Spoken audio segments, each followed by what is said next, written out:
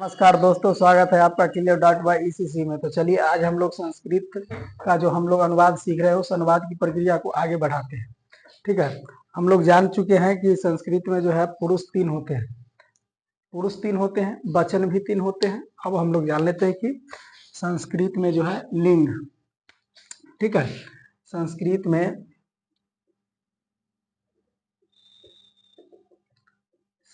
में लिंग भी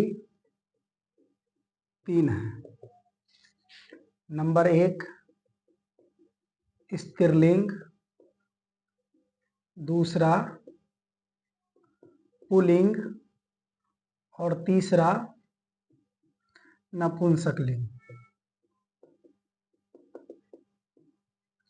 ठीक है, जान लेते हैं कि लिंग यानी स्त्रीलिंग किसको बोलेंगे। तो जिससे स्त्री जाति का बोध होगा उसको हम लोग स्त्रीलिंग के श्रेणी में रखेंगे, जिससे पुरुष जाति का बोध होगा उसको हम लोग पुल्लिंग में रखेंगे, और जिसका लिंग हम लोग स्पष्ट नहीं कर सकते।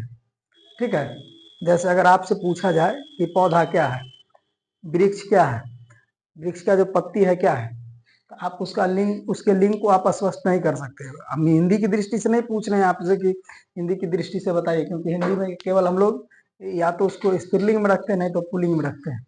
ठीक है, लेकिन यहाँ हम लोग नपुंसक लिंग में भी रखना है। तो हम जिसका लिंग स्पष्ट नहीं कर पा रहे होंगे, जो छोटे छोटे जीव होंगे, उस सबको हम लोग कहाँ रखेंगे, उस सबको नपुंसक लिंग में रखेंगे। जैसे अगर आपसे पूछे कि बताइए कलम, कलम क्या है, तो हम हिंदी की दृष्टि से नहीं पूछ रहे हैं, अभी हम संस्कृत की दृष्टि से पूछ रहे हैं। तो फिर हम कलम को कहाँ रखेंगे, कलम को रखेंगे नपुंसक लिंग में। ठीक है, तो ये मोटा मोटी प्रमुख बातें थी जो हमको जानना था। चलिए अब हम लोग देख लेते हैं अनुवाद में क्या क्या आवश्यक होता है। ठीक है, तो हम लोग कर्ता के रूप में कुछ प्रमुख सर्वनाम प्रयुक्त होते हैं, उस प्रमुख सर्वनाम को देखते हैं। ठीक है, तो हम अब क्या देखेंगे, कर्ता के रूप में प्रयुक्त होने वाले कुछ प्रमुख सर्वनाम देखेंगे। ठीक है, तो सर्वनाम को देखेंगे। अब उसके बाद हम लोग बात करेंगे आगे कि इसको यूज कैसे करते हैं। चलिए तो हम लोग देख लेते हैं कर्ता के रूप में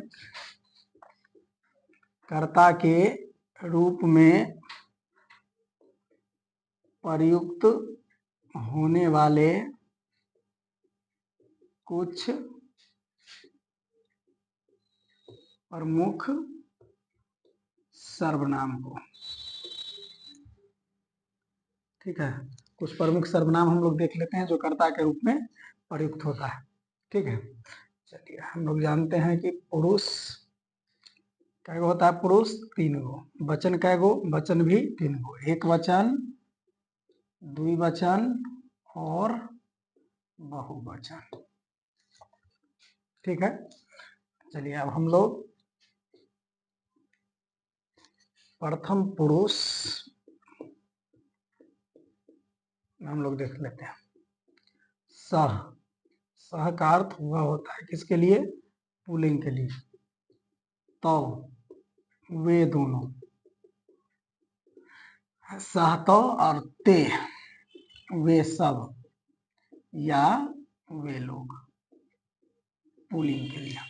ठीक है, फिर अगर मान लीजिए वही अगर स्त्री रहती और उसके लिए अगर वह प्रयुक्त होता तो हम लोग सा लिखते, ते वे दोनों। ठीक है, साते ताह यानी वे सब या वे लोग। ठीक है, उसी तरह से मान लीजिए कि नपुंसक लिंग का कोई वाक्य शब्द रहता और उसके लिए वह प्रयुक्त होता था, हम लोग क्या लिखते, तत् लिखते हैं, तत् ते वे दोनों, और फिर लिखते तानी यानी कि वे सब।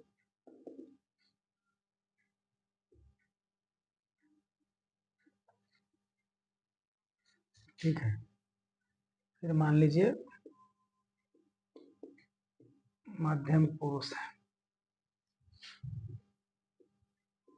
तुम मतलब तुम, युवाम तुम दोनों, यूयम। ठीक है। अब त्वम का यूज आपके लिए भी कर सकते हैं, लेकिन आपका अलग से भी शब्द रूप आता है, ठीक है। आप दोनों के लिए भी या तुम दोनों, आप दोनों के लिए, दोनों के लिए आप लोग, हम लोग वे युवाम का यूज कर सकते हैं, ठीक है। लेकिन इसका अलग से भी शब्द रूप आता है, या आप लोग, रहे तुम सब, या आप सब, ठीक है।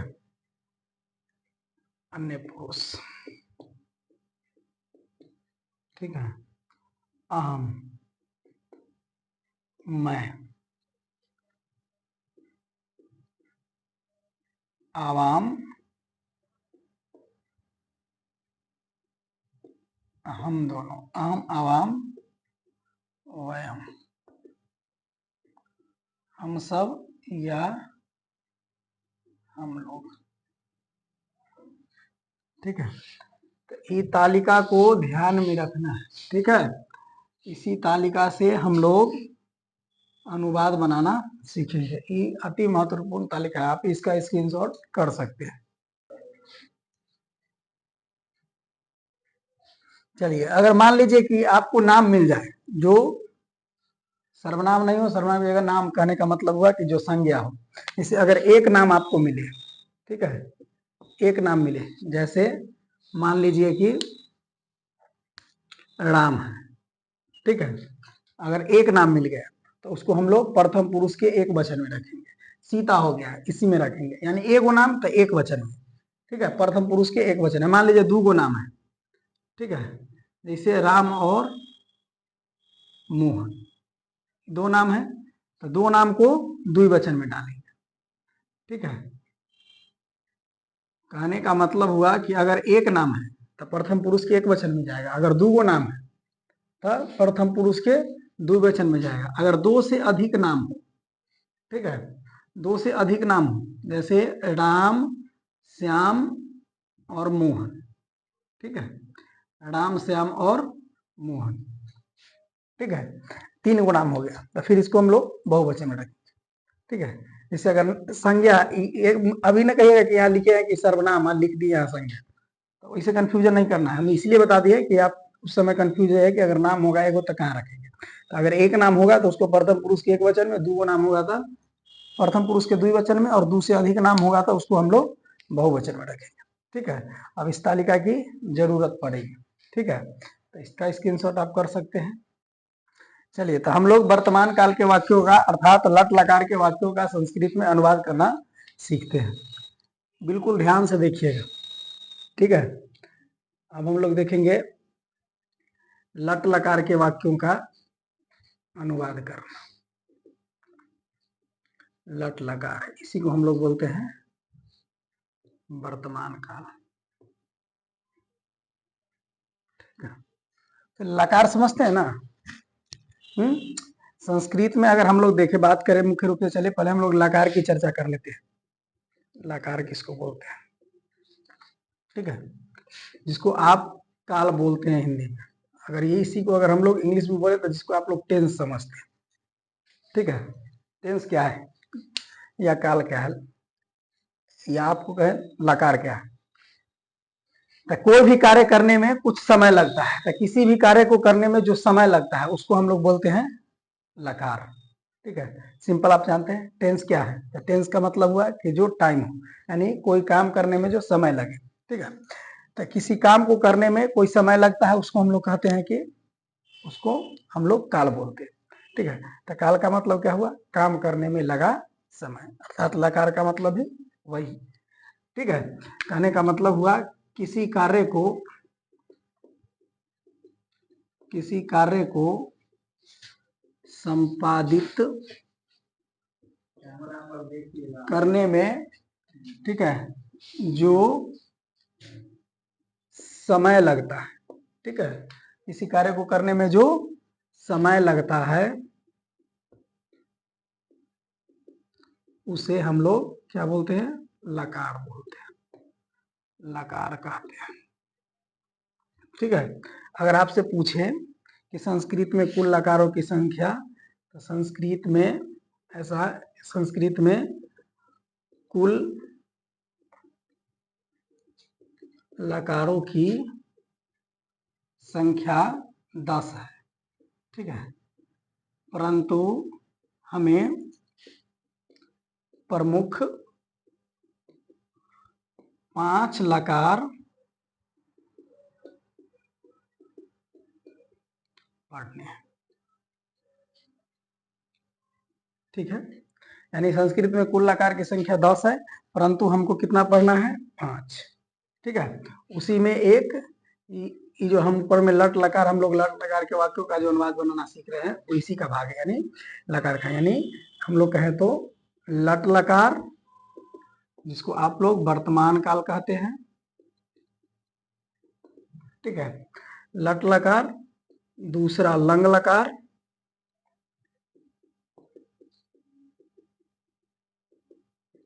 भूतकाल। तीसरा लिरिट लकार, ठीक है, जिसको हम लोग बोलते हैं भविष्य काल, ठीक है। अगर चौथा की बात करें हम लोग पढ़ते हैं लोट लकार, ठीक है, और एक होता है विधिलिंग लकार,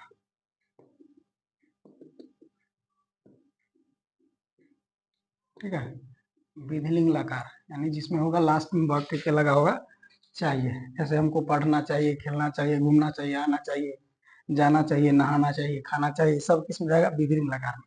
लोट लकार में अनुज्ञा सूचक वाक्य होगा, क्या होगा, अनुज्ञा सूचक वाक्य, ठीक है। अनुज्ञा सूचक वाक्य मतलब जैसे हम बोले कि एक गिलास पानी लाओ, तो क्या किया, हम आज्ञा दिए, ठीक है, जिसमें आज्ञा देने का बोध हो, उसको हम लोग अनुज्ञा सूचक वाक्य को हम लोग लगे रखेंगे लोट लकार में। अर्थात हमको प्रमुख रूप से 5 लकार पढ़ने हैं, और 5 लकार का बारी बारी से हम लोग अनुवाद करना सीखेंगे। कहने का मतलब सबसे पहले वर्तमान काल के वाक्यों का संस्कृत में अनुवाद करना सीखेंगे, फिर लंग लकार के वाक्यों का अनुवाद करना सीखेंगे, फिर लिट लकार के वाक्यों का, फिर लोट लकार के वाक्यों का, और फिर विधिलिंग लकार के वाक्यों का संस्कृत में अनुवाद करना सीखेंगे। तो चलिए हम लोग अब जान लेते हैं कि लट लकार के वाक्यों को संस्कृत में कैसे करते हैं। चलिए तो हम लोग जान लेते हैं कि अब लट लकार क्या होता है, ठीक है। लट लकार किसे कहते हैं, देखिए, यानी जिस हिंदी वाक्य के अंत में आपको क्या मिले, है मिले, यानी यहाँ अगर हम लोग कहें कि लट लकार क्या है, जिस हिंदी वाक्य के अंत में है, हो, हूं, हैं, ठीक है, आदि लगा रहे उस हिंदी वाक्य को लट लकार में समझा जाता है। आप समझ गए, कहने का मतलब हुआ कि लट लकार में कौन वाक्य रहेगा, तो जिस वाक्य में आपको क्या दिखे, है दिखे, हो दिखे, हूं दिखे, हैं दिखे, ठीक है। जैसे राम आम खाता है, क्या है, राम आम खाता है, या दिखे कि वह लड़का है, क्या है, इस वाक्य में क्या है, यहां भी है। या इसी तरह से रहता कि वे सब लड़के हैं, देखिए है और है में अंतर समझ रहे हैं ना, यहाँ है लिखा हुआ है और यह है, यानी जब एक का बोध हो तो हम लोग है का प्रयोग करते हैं, और एक से अधिक रहे तब हम लोग है का प्रयोग करते हैं। जैसे वे सब लड़के हैं, फिर यहाँ है नहीं होगा, क्या होगा, है। बात समझ रहे हैं। तो अब इधर देखिए, जैसे मैं पढ़ता हूं, इस वाक्य के लास्ट में आप क्या देख रहे हैं, है देख रहे हैं, है देख रहे हैं, है देख रहे हैं, हूँ देख रहे हैं, या एक और लिख लीजिए कि तुम विद्यार्थी हो। ठीक है, तो यहाँ क्या दिखा हो, तो इस सब वाक्य किस लकार का है, तो इस सब वाक्य लट लकार का है। अब इसमें भी आप वाक्य को अगर देख रहे होंगे तो वाक्य दो तरह के हैं। क्या तरह के वाक्य हैं, दो तरह के। एक ऐसे वाक्य दिख रहे होंगे जिसमें आपको मुख्य क्रिया दिखेगा, ठीक है, और दूसरा ऐसे वाक्य दिख रहा है जिसमें मुख्य क्रिया नहीं है। ठीक है, जिसमें मुख्य क्रिया नहीं है। तो चलिए हम लोग देख लेते हैं। यानी आपको लट लकार के वाक्य दो तरह के दिखेंगे, यानी लट लकार के जो वाक्य होंगे वह दो तरह के लट लकार के वाक्य दिखेंगे। कितना तरह के, दो तरह के। एक दिखेंगे कि जिसमें मुख्य क्रिया होगा। जब भी हम मुख्य क्रिया की बात करेंगे ना, तो आप समझिएगा जिसमें पढ़ना, खेलना, जाना, आना सब रहा है। ठीक है, एक में मुख्य क्रिया दिख रहा होगा, दूसरा में मुख्य क्रिया नहीं होगा, यानी मुख्य क्रिया नहीं होगा। ठीक है, चलिए, एक मुख्य क्रिया और दूसरा जिसमें मुख्य क्रिया नहीं। तुम विद्यार्थी हो, ठीक है, यहाँ देख लीजिए, एक में मुख्य क्रिया हो और दूसरा में मुख्य क्रिया नहीं हो। तो अब अनुवाद करने की जो विधि है वह विधि भी हम लोग बारी बारी से सीखेंगे। एक ऐसे वाक्यों का अनुवाद करना सीखेंगे, यानी हम लोग लट लकार के वाक्यों का अनुवाद करना दो तरीका से सीखेंगे। पहला कि जिसमें मुख्य क्रिया होगा वैसे वाक्यों का अनुवाद करना, फिर वैसे वाक्यों का अनुवाद करना जिसमें मुख्य क्रिया नहीं होगा। तो चलिए अब हम लोग सीखते हैं कि मुख्य क्रिया अगर है तो उसका अनुवाद संस्कृत में कैसे करते हैं। चलिए, तो हम लोग सबसे पहले मुख्य क्रिया वाला सीख रहे हैं, तो रूल नंबर उसको हम बना देते हैं 1। ठीक है, उसको बना लेंगे रूल नंबर 2। यानी जब वाक्य में मुख्य क्रिया उपस्थित हो, ठीक है, जब आपको वाक्य में मुख्य क्रिया दिख जाए तब उसका अनुवाद हम लोग, ठीक है, अभी जो विधि लिख रहे हैं इससे बनाते हैं। ठीक है, जब भी आपको दिख जाए वाक्य में क्या दिख जाए, मुख्य क्रिया, तो उसका अनुवाद हम लोग इस विधि से बनाते हैं। ठीक है, पुरुष एक वचन, द्विवचन और बहुवचन है। प्रथम पुरुष, मध्यम पुरुष, अन्य पुरुष।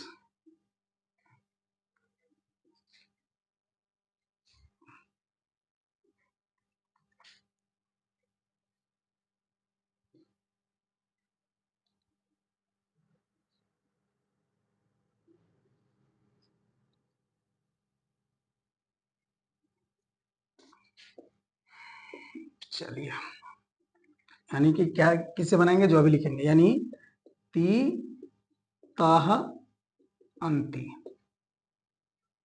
ठीक है, सी थाह था, आमी आवह आमा। ठीक है, और इसमें जिसको जिसको हम घेर दिए हैं, जब अनुवाद बनाएंगे उस समय उसको लिखना नहीं है। अब हम लोग काट के देखते हैं कि कैसे इसका अनुवाद बनाते हैं। तो इसको, इसका स्क्रीनशॉट ले लीजिए, इसको ध्यान से देख लीजिए। चलिए, तो हम लोग सीखते हैं अब जिस वाक्य में क्या है मुख्य क्रिया उसका अनुवाद। ठीक है, तो बिल्कुल ध्यान से देखना है और बहुत आसान है। ठीक है, देखिए, जैसे मान लीजिए यहाँ लिखा है राम खाता है। ठीक है, सीता पढ़ती है, वे सब, या लिख लीजिए वे दोनों जाते हैं, वे सब खाते हैं। ठीक है, तुम पढ़ते हो,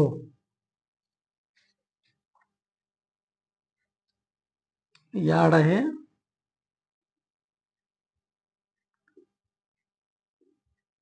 तुम दोनों पढ़ते हो, या मैं जाता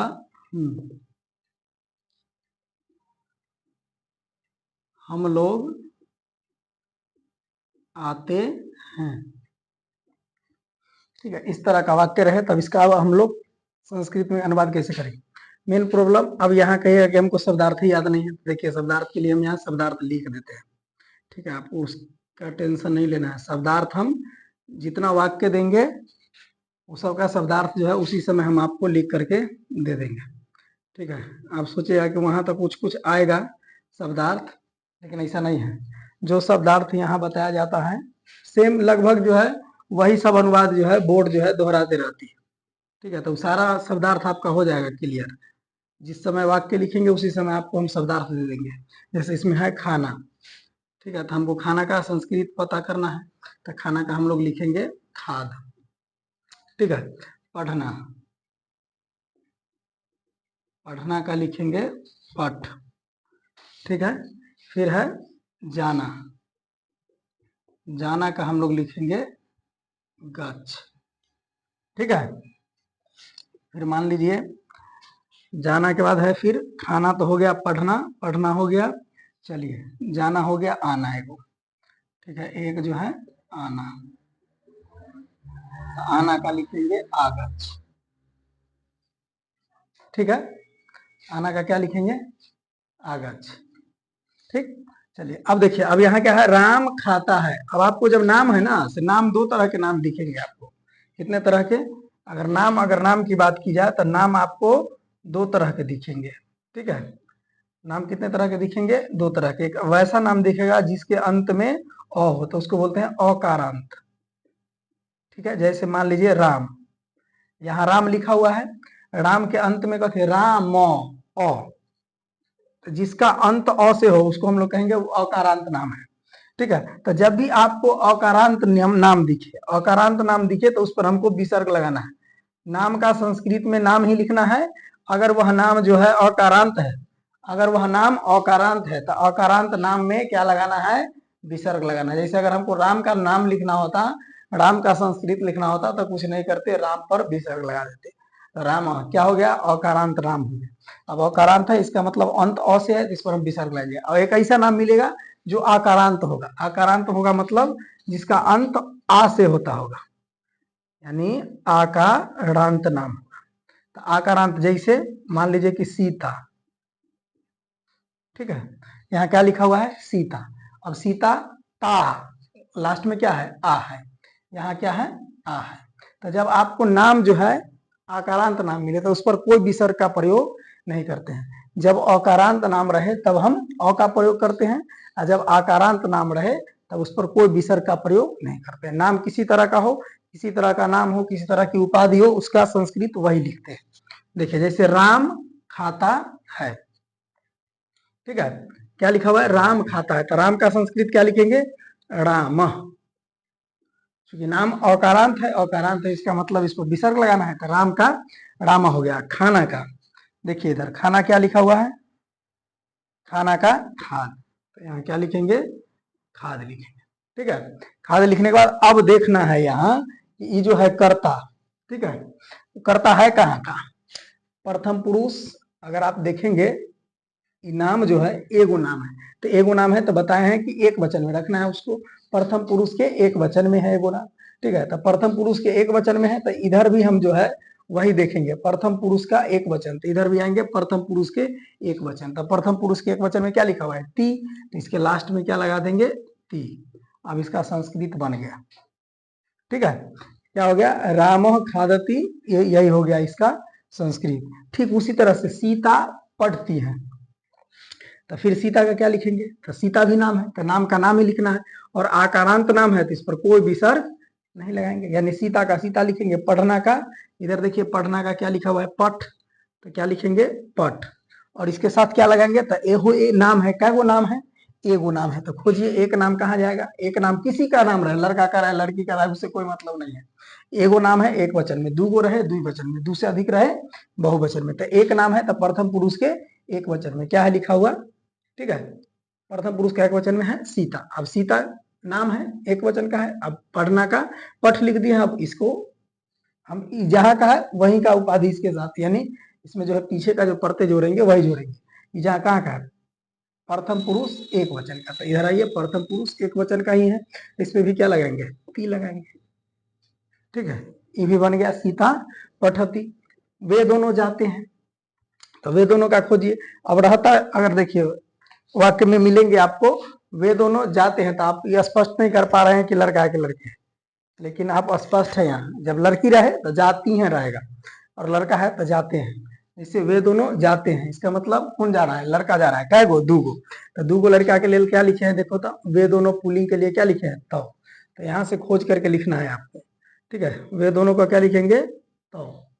ठीक है, जाना का इधर खोजिए, जाना का क्या लिख दिए, जाना का गच्छ, अब यहाँ का गच्छ लिख देंगे। ठीक है, अब इसके अनुसार ही खोजेंगे कहाँ का था प्रथम पुरुष द्विवचन, तो इसमें भी आएंगे प्रथम पुरुष के द्विवचन। तो क्या लिखा हुआ है तो इसके साथ लगा देंगे, तो बन गया इसका संस्कृत में, है ना आसान। यानी जहां का ई होगा वहीं का इसमें खोजना है और लगा देना है इसके साथ।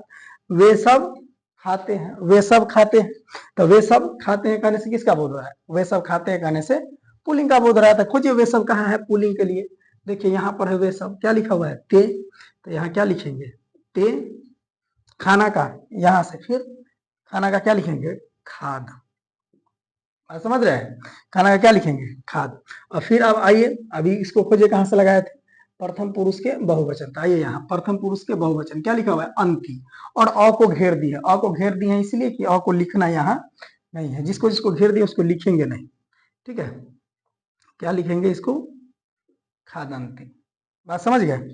ठीक है, तुम पढ़ते हो, तुम पढ़ते हो, तुम का क्या लिखेंगे देखिए, देखिए खोजिए सब इसी में है, तुम का तुम, तुम का तुम, पढ़ना का देखिए यहाँ क्या लिखा हुआ है पठ, पढ़ना का क्या लिखा हुआ है पठ।